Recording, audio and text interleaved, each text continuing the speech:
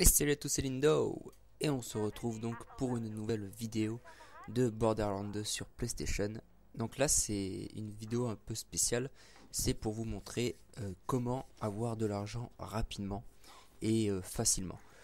Donc enfin je vais vous donner deux méthodes rapides, on peut dire ça comme ça. Et qui sont qui sont, on peut dire, acceptables.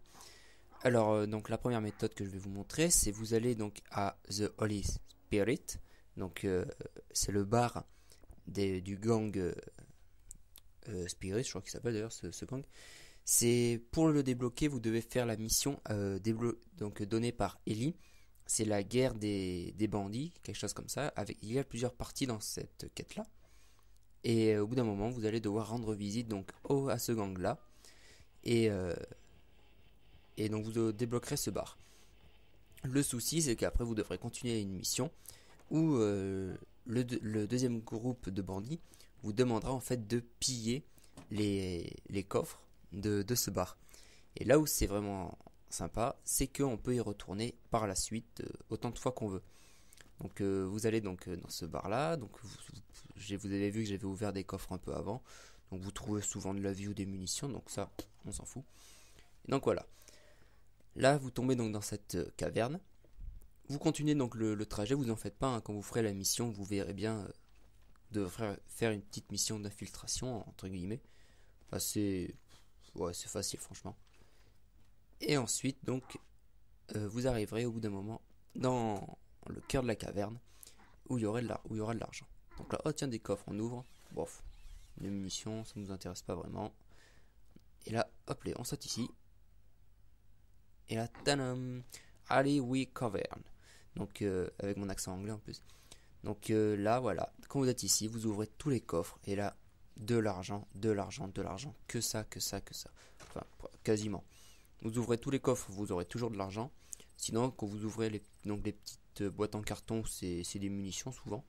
Et sinon, bah, que les coffres, c'est toujours de l'argent. Donc vous pouvez vous faire plaisir ici, hein, y a de quoi. Alors malheureusement, le souci, c'est que on pourrait dire, bah tiens, je pille, je sors du bar, je finis que le temps de chargement il finisse, puis après hop c'est bon, j'y retourne.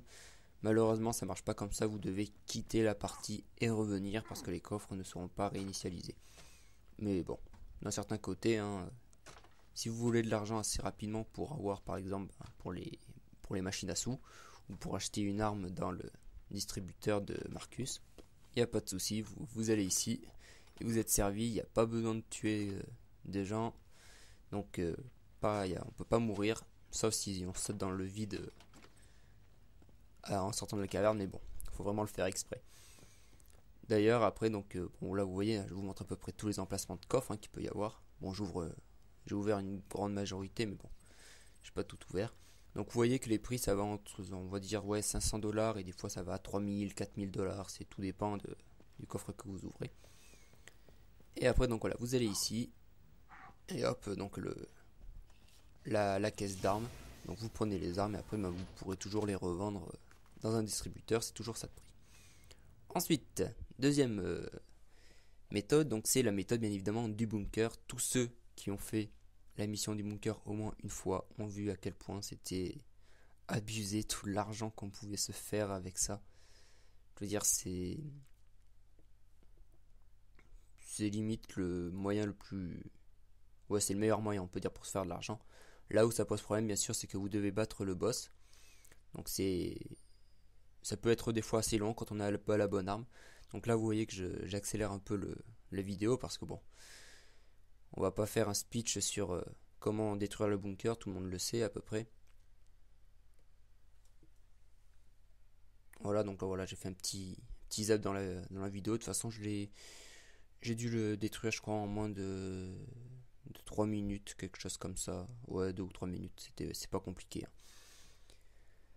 Donc voilà, donc là on finit toujours l'animation du bunker, hein, parce que bon, faut toujours attendre. On évite les mines, tac tac.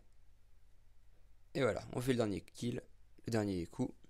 Et voilà, donc là l'argent qui est libéré, donc c'est toujours au tout début c'est toujours des 4000, 5000, et après ça va entre 500 et 400, donc un peu comme dans les coffres. Et là vous prenez donc bien évidemment toutes les armes, vous prenez l'iridium, vous prenez tout ce que vous pouvez jusqu'à ce que vous ne puissiez plus porter grand chose. Vous n'oubliez pas de monter en haut des escaliers pour choper la caisse d'armes et récupérer les armes pour les revendre. Et là, hop, vous allez ici, vous prenez le distributeur, vous vendez toutes les armes qui ne vous servent pas. Et c'est nickel, après c'est bon, vous avez refait votre porte-monnaie. En temps de crise, c'est toujours bien. Et donc là, c'est le petit bonus que je voulais vous montrer. Donc c'est... j'ai découvert ça totalement par hasard, je regardais. Et je me dis, mais tiens, c'est pas le lac de Terraformous. Donc Terraformous, c'est un boss qu'on a à la fin du jeu. Et là, hop, voilà, on le voit ici. Ok, d'accord, on comprend pas trop pourquoi est-ce qu'il est apparu ici, mais bon. Vous pouvez essayer, hein, chez vous, il n'y a pas de souci. Vous verrez bien qu'il va apparaître. Il apparaît à chaque fois que vous tuez le bunker.